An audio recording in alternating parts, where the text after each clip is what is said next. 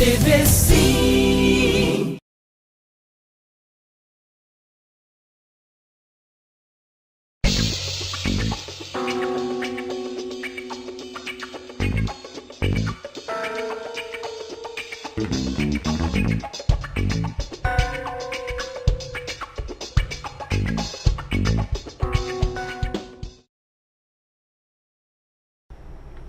Olá, boa noite. Está começando mais um programa Conversa Franca e o Conversa Franca de hoje, especial, a gente vai falar aqui de saúde. Conosco a médica doutora Thalita Maleta. A doutora Thalita, ela é neurologista, é formada pelo Hospital das Clínicas da Universidade Federal de Minas Gerais. Doutora Thalita, primeiramente, obrigado, boa noite, obrigado por participar conosco do Conversa Franca. É a primeira mulher que participa do programa, obrigado. Que bacana, boa noite, Altemar, muito obrigada pelo convite, estou muito feliz de estar aqui hoje com vocês. Bom, a gente vai falar aqui principalmente do AVC. É um assunto que traz muitas dúvidas, né, para o público, né? No próximo dia 29 de outubro é celebrado o Dia Mundial do AVC, conhecido popularmente aí como derrame. É uma das principais causas de morte ou incapacidade com sequelas permanentes em nosso país. Antes aqui eu vou passar um breve resumo, né, da doutora Thalita, que é neurologista desde 2019. Ela atualmente pertence inclusive ao corpo clínico da equipe do Hospital Estadual Silvia Vitos, o corpo de neurologia, a equipe de neurologia, atua também em consultório particular e atende pela rede também São Bernardo, tanto aqui em Colatina como em Linhares, com foco também em neurologia geral de jovens e adultos. Tem experiência no tratamento de cefaleias, que são as dores de cabeça, e atualmente também ela é pós-graduanda em medicina do sono pelo Hospital Israelita Albert Einstein. Portanto, né, um currículo vasto, apesar de jovem. A doutora, então, a partir de agora vai bater um papo com a gente aqui, tirando dúvidas, é claro, de toda a população com relação a esse assunto. O AVC, lembrando, é a segunda principal causa de morte entre as pessoas acima de 60 anos e é a quinta principal causa nas pessoas que têm idade entre 15, isso mesmo, em 15 e 59 anos. AVC, doutora Thalita, quais são os sintomas para a gente começar aqui esse bate-papo? Muito bem, Altemar. Ótimo início de conversa, uma boa pergunta para a gente começar. Então, o AVC é uma sigla, né, que significa acidente vascular cerebral. O AVC, para a gente entender o sintoma, é interessante a gente saber que, basicamente, o AVC acontece quando há uma falha de fluxo sanguíneo em alguma região do cérebro, né? E aí o sintoma, ele vai depender muito do local onde essa isquemia está acontecendo, tá? De maneira geral, a gente gosta de orientar para a população que qualquer sintoma súbito neurológico deve haver a suspeita do AVC, tá certo? O que é um sintoma súbito, uma falha súbita neurológica? Exatamente isso que eu ia perguntar. Muito bem. Então, por exemplo, uma alteração súbita da fala, seja na compreensão ou na expressão da fala, tá certo? Uma alteração súbita da visão, principalmente se acontecer na metade da visão, tá? Uma alteração súbita na capacidade de movimentar um lado do corpo. Esses sintomas geralmente acontecem de um lado só mesmo, certo, tá? Mais comumente no AVC.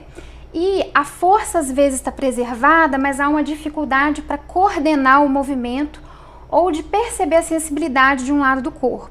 Vai pegar um copo, por exemplo, pede um pouco ali aquela ou deixa coordenação. O copo cair no chão, ou vai tentar escrever e não consegue, tá? Então, existe até uma maneira que a gente gosta de ensinar para os pacientes, para os familiares, de identificar logo, né, esses sintomas. Certo. Então, se existe um início súbito de sintoma, o que é que a gente pede? A gente pede principalmente para o indivíduo, né, o familiar que está ali próximo, pedir para o paciente falar alguma frase, repetir uma frase ou falar o próprio nome, levantar os dois braços para a gente perceber se tem alguma dificuldade assimétrica no movimento e também dar um sorriso, né, que a gente vai identificar se há alguma assimetria na face. Se tem algum lado diferente do outro, no Exatamente. caso, né? Isso não engloba todos os sintomas do AVC, certo, repito, mas são os mais comuns. Então já facilita bastante a chegada desse paciente no hospital. Isso pode acontecer de qualquer forma, a pessoa estando realizando alguma atividade, conversando, deitada, dormindo, descansando? Perfeitamente, exatamente. É um sintoma que acontece de maneira súbita, sem aviso, tá certo? E em qualquer contexto. Se o paciente estiver acordado, essa é a melhor situação, entre aspas. Por quê? É possível identificar no início, tá certo? Se o paciente já acorda com o sintoma, a gente não tem certeza que hora que ele começou e aí começa a ficar um pouco mais complexo aí. E aí também, se estiver acordado, inclusive para tomar todas essas precauções, falar uma frase um pouco maior, o nome completo, fazer esses movimentos, Perfeito. Um sorriso, né? Se o paciente acordar com sintoma, a gente vai executar também da mesma forma, porém a gente já não vai ter exatamente o horário do início do sintoma. Pode ter sido aquela hora, pode ter sido algum tempo antes. Logo depois de dormir, a gente não tem certeza. Bom, o assunto aqui hoje então é saúde, né? A gente está conversando aqui com a doutora Thalita, neurologista. A gente já falou aqui a questão das idades, né? Mas tem alguma faixa etária onde o risco do AVC é maior, doutora? Perfeito, tem sim. A gente fala que quanto mais idoso o indivíduo, maior o risco de desenvolver AVC. Então, a idade em si já é um fator de risco, tá certo? Mas eu queria ressaltar que a gente tem observado aí nos últimos anos uma tendência de aumento no AVC em pacientes jovens. Então, é muito importante a gente lembrar que os fatores de risco que estão presentes no idoso, se presentes em pacientes mais jovens, inclusive crianças, adolescentes, também pode ocorrer o AVC nesses pacientes mais novos. Então, vou citar aqui os fatores de risco mais importantes, que seria o tabagismo, tá? Inclusive o tabagismo entre jovens, adolescentes, né? Adultos mais novos também. O alcoolismo, tá? O sedentarismo. Falta de exercício, né? Perfeito. A obesidade, tá certo? E as doenças crônicas, que também às vezes podem aparecer em pessoas jovens, como o diabetes e a pressão alta. Problemas cardiológicos também aumentam o risco de AVC, tá? Como arritmias, por exemplo, insuficiência cardíaca. E essa doença pode aparecer em pessoas novas e aumenta o risco de AVC nesses também. Tá? Então, são alguns cuidados importantes que pessoas que já são acometidas de outras doenças, tem que tomar uma atenção ainda maior. Perfeito. A gente fala que são fatores de risco, mas de certa maneira, a pessoa pode dar uma dianteira, pensar, eu já tenho um fator de risco que me aumenta, né, a chance de ter AVC, eu vou deixar essas doenças controladas para que elas não venham a desenvolver a ponto de causar um AVC. Ok, conversando aqui hoje uma conversa franca com a doutora Thalita Maleta, ela que é médica neurologista, né? E a gente falou aqui já, ela inclusive faz parte da equipe de neurologia do Hospital Estadual Silvio Avidos, com sede aqui em Colatina. E aqui, falando do Hospital Estadual Silvio Avidos, qual é o processo, o protocolo de AVC no Hospital Silvio Avidos? Perfeito. O protocolo de AVC no Hospital Silvio Avidos segue as recomendações, né, que são feitas pelo Ministério da Saúde e foi baseado também nas diretrizes de assistência dos principais hospitais, tanto do Brasil quanto fora do Brasil. Então, basicamente, o que acontece é, se um paciente chega no hospital com uma suspeita de AVC, né, ou é feita a suspeita de AVC na chegada do paciente, esse paciente é recebido por uma equipe de enfermagem já treinada, que vai executar uma espécie de escala que lembra muito essa que eu comentei com você, que o próprio familiar já pode fazer, que é a avaliação da face, dos movimentos do braço e também da fala. Tá? Esses são os primeiros procedimentos, né? Perfeito. Só que no hospital, o paciente também vai ter avaliadas outras questões, como a pressão e o nível de glicose, tá? Uma vez mantida a suspeita ou iniciada a suspeita, é desencadeado uma espécie de uma série de mecanismos, né, que vão acionar a equipe de enfermagem, a equipe médica de emergência, a coleta de exames, a equipe de radiologia e a neurologia, para que esse paciente seja avaliado de forma rápida, feita a confirmação da suspeita de AVC, iniciadas as medidas importantes para cada caso, né, individualizadas em cada caso. Então, a partir desses sintomas aí, o mais rápido possível, é crucial também o tempo mais curto para chegar até um hospital para receber esse tipo de atendimento também. Perfeito. A gente sabe que quanto antes, né, a gente trata, né, e já identifica algumas possibilidades de tratamento são maiores para os pacientes que chegam mais rápido, tá certo? No Hospital Silvio Avidos, por exemplo, nós temos um leito reservado na terapia intensiva para o paciente que chega com menos de 4 horas e meia de evolução de sintomas, porque esse paciente pode ser candidato a um tratamento com uma medicação que é dada dentro da veia, com o objetivo de dissolver o coágulo. Isso se o AVC for isquêmico, tá certo? Essa é uma falha um pouquinho técnica, mas é interessante a gente falar com a população. O AVC ele é classificado em 2 tipos, o AVC isquêmico e o AVC hemorrágico, tá? O AVC isquêmico basicamente lembra o infarto do coração. Então, um vaso que leva sangue para a cabeça, né, para o cérebro, ele fica obstruído, um coágulo O sangue não passa. obstrui a passagem do sangue. Esse é o AVC isquêmico. No AVC hemorrágico, ocorre um rompimento de um vaso e um sangramento. Note que o resultado é o mesmo. O sangue deixa de chegar onde deveria, mas um devido a um coágulo e o outro devido a um sangramento. Rompimento, né? O que é interessante saber é que, às vezes, o sintoma vai ser o mesmo e o tratamento é completamente diferente. Por isso que a gente fala com o paciente que ele tem que ir para um serviço de urgência mais próximo, de onde ele vai ser direcionado para um setor, para um serviço que vai ter o exame de tomografia, que é aquele que vai conseguir diferenciar o hemorrágico do isquêmico. O AVC isquêmico do hemorrágico, existe algum mais grave que o outro? Então, o AVC hemorrágico, ele é mais raro, mas ele tende a ser mais grave do AVC isquêmico. Lógico que eu tô falando em linhas gerais, tá? Existem AVCs isquêmicos que são muito extensos e que também podem ser muito graves. Certo. Doutora, claro, né, todo mundo conhece pessoas que já passaram por esse problema, já tiveram aí, já foram vítimas de AVC, alguns ficam com sequelas, outras não. A gente vê algumas com uma certa dificuldade na fala, outras no caminhar, no movimento. Fala um pouco então aí sobre esse tempo que a pessoa tem para não ficar com sequelas. Perfeito. É interessante você falar isso. Todo mundo conhece alguém, né, que já teve AVC ou ouviu falar de alguém. Existe um dado aí que mostra pra gente que, em média, a cada 4 a 6 pessoas, uma vai ter AVC. Olha que dado importante, né? É uma doença com uma incidência muito elevada. Exatamente. Tá? E aí, é Chega importante... a assustar, né? Chega a assustar. Então, aqui nós temos, se a gente tem 4 pessoas aqui nessa sala, uma delas pode ser acometida pelo AVC. E aí, é importante, né, a gente saber que a sequela, a gente nunca consegue garantir que não vão haver sequelas, tá?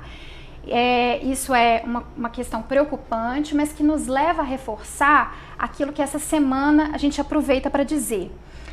O principal é a gente prevenir o AVC, tá? Que uma vez ele estabelecido, podem haver sequelas, inclusive irreversíveis, tá? Certo. Agora, uma vez aconteceu o AVC, não foi possível preveni-lo, o que é importante? Chegar ao hospital o mais rápido possível, né? Receber assistência médica o mais rápido possível.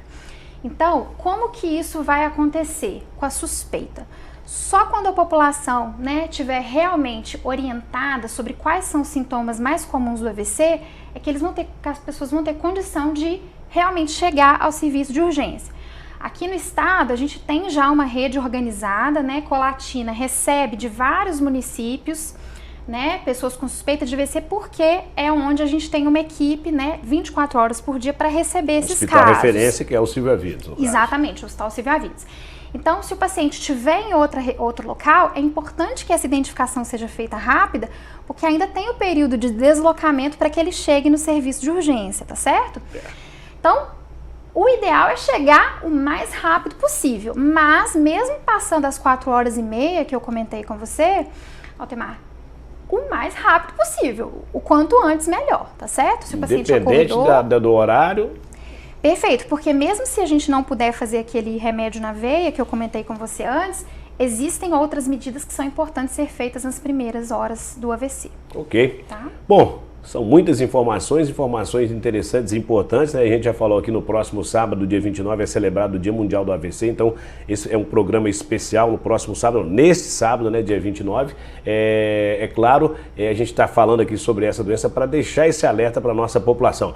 Doutora, a gente vai a um rápido intervalo, daqui a gente volta porque tem muito mais ainda informação importante para você aqui no Conversa Franca de hoje, não saia daí.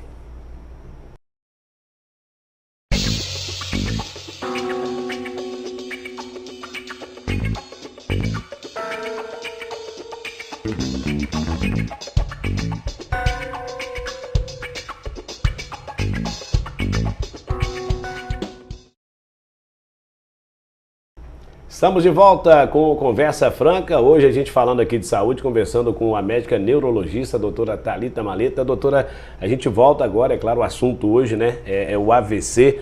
São várias informações, né, muitas dúvidas também da nossa população. Agora a gente vai falar do tratamento. Como é que é realizado o tratamento de quem tem o AVC? Perfeito. Bom, primeiro de tudo é a gente identificar se a gente está falando esse AVC, né? se é isquêmico ou hemorrágico, para Certo. fazer essa diferenciação, porque Pra a iniciar o conduta tratamento, né? vai ser diferente. Então, se está faltando sangue no cérebro, né? Definiu o AVC, está faltando sangue no cérebro por causa de um coágulo, a primeira coisa que a gente vai fazer é identificar se é possível dissolver ou remover esse coágulo, tá? Então, se o paciente não tiver contraindicações e chegar rápido no hospital, dentro das 4h30, a gente consegue admitir ele num serviço, né, de urgência, terapia intensiva e realizar o tratamento endovenoso com a medicação, tá? Certo. Acima desse horário, ainda assim é possível, é necessário, inclusive, iniciar um tratamento preventivo. Então, a gente inicia algumas medicações, dentre elas o AS, que vai fazer a prevenção, né, de novos eventos isquêmicos, além de acompanhar o nível de consciência do paciente, acompanhar a pressão, a glicemia. Então, o paciente, dentro das primeiras 24 horas do AVC, ele precisa estar numa estrutura em que isso vai ser realizado, tá? Caso o paciente tenha um AVC do tipo hemorrágico, aí eu já não posso realizar essas medicações, porque elas vão aumentar a chance de sangramento. Certo. E o tratamento não é esse, porque afinal de contas sangrou, não tem coágulo. Nesses casos, o paciente precisa ficar monitorizado no serviço de terapia intensiva e às vezes é necessária avaliação de neurocirurgia, quando o volume do sangramento é muito grande ou se o sangramento ocorreu por conta de um aneurisma, por exemplo, o rompimento de um aneurisma. Aí a gente precisa do suporte de uma equipe de neurocirurgia, que é a equipe especialista que vai avaliar a necessidade de uma cirurgia. Mas nem todo AVC hemorrágico precisa ser operado. Isso tem que ser avaliado caso a caso. Bom, a doutora falou de alguns sintomas, né? A questão aí da fala com dificuldade, a visão, alguns movimentos aí sem coordenação. Existe alguma dor que a pessoa também sente quando está sendo vítima de um AVC? Perfeito. A dor no AVC isquêmico não é um sintoma comum, mas a gente observa em alguns tipos de AVCs, principalmente quando ele acontece nas regiões mais posteriores do cérebro, o risco de uma dor de cabeça associada, tá?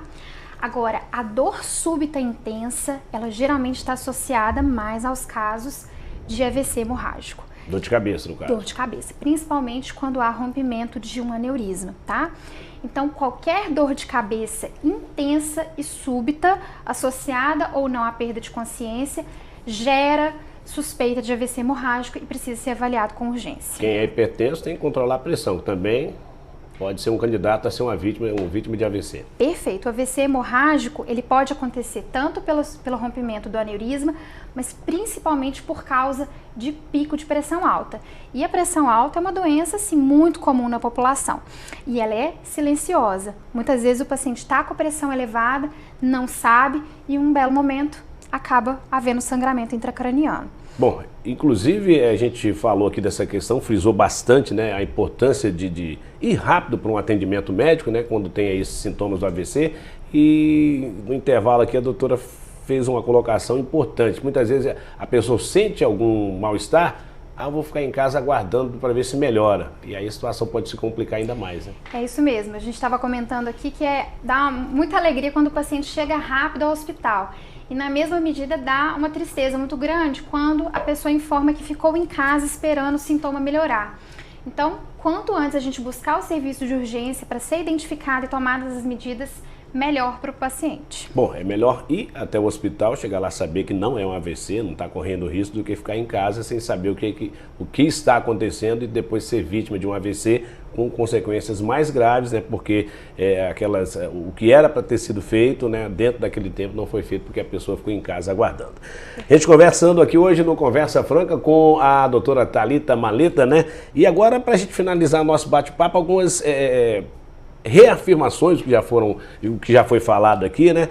Fator de risco e prevenção do AVC, só para a gente deixar bem claro aqui para o nosso telespectador, doutora. Perfeito. Então, os principais fatores de risco do AVC, né, são a idade, as doenças crônicas, então pressão alta, diabetes, obesidade, sedentarismo, que é a falta de atividade física, né? Pacientes que têm doenças cardíacas precisam ser acompanhados, principalmente doença coronariana, que é quando há obstrução das artérias do coração, ou até mesmo arritmias.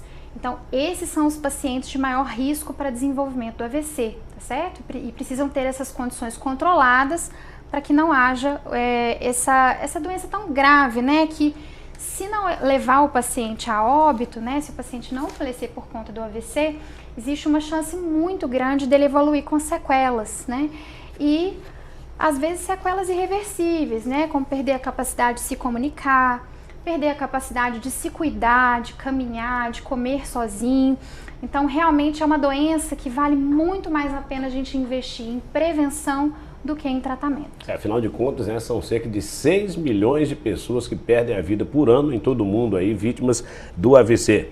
Para deixar bem claro também como identificar o AVC, antes da gente finalizar, doutora. Perfeito. Então, lembrando, a dor de cabeça pode ser um sintoma do AVC, então qualquer sintoma súbito, uma dor de cabeça súbita, uma incapacidade súbita para falar ou para compreender, né? Isso pode inclusive ser percebido como uma confusão mental. Então, uma confusão mental súbita também é um fator de risco, está dentro da avaliação inicial de AVC.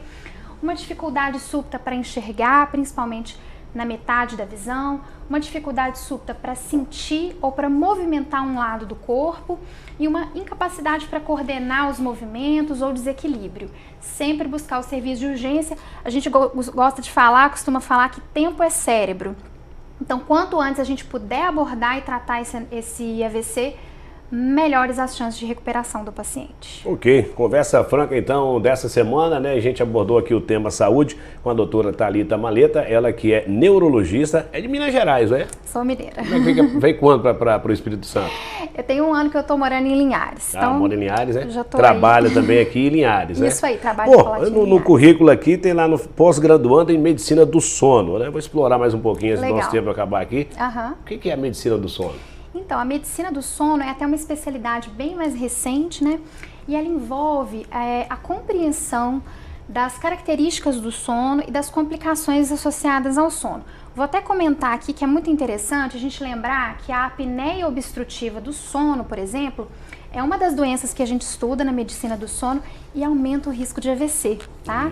Então, indivíduos que são obesos, que têm roncos noturnos e dormem mal, têm sonolência durante o dia, são pessoas que podem ter apneia obstrutiva, né, do sono e devem procurar um pneumologista, um neurologista especialista em medicina do sono para a gente identificar precocemente, porque eu não havia comentado antes, mas esse também é um fator de risco para AVC. Ok, então já fica aqui feito o convite para um próximo programa para a gente falar aqui da medicina do sono, então.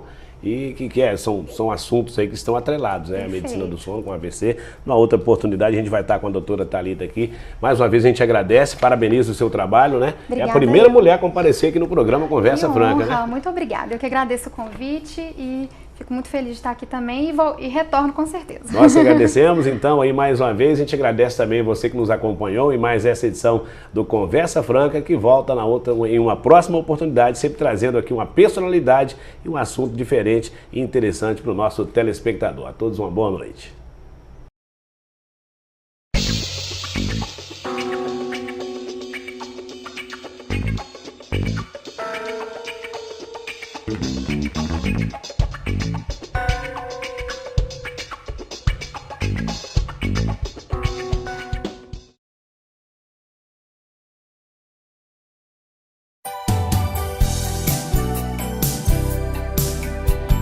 TVC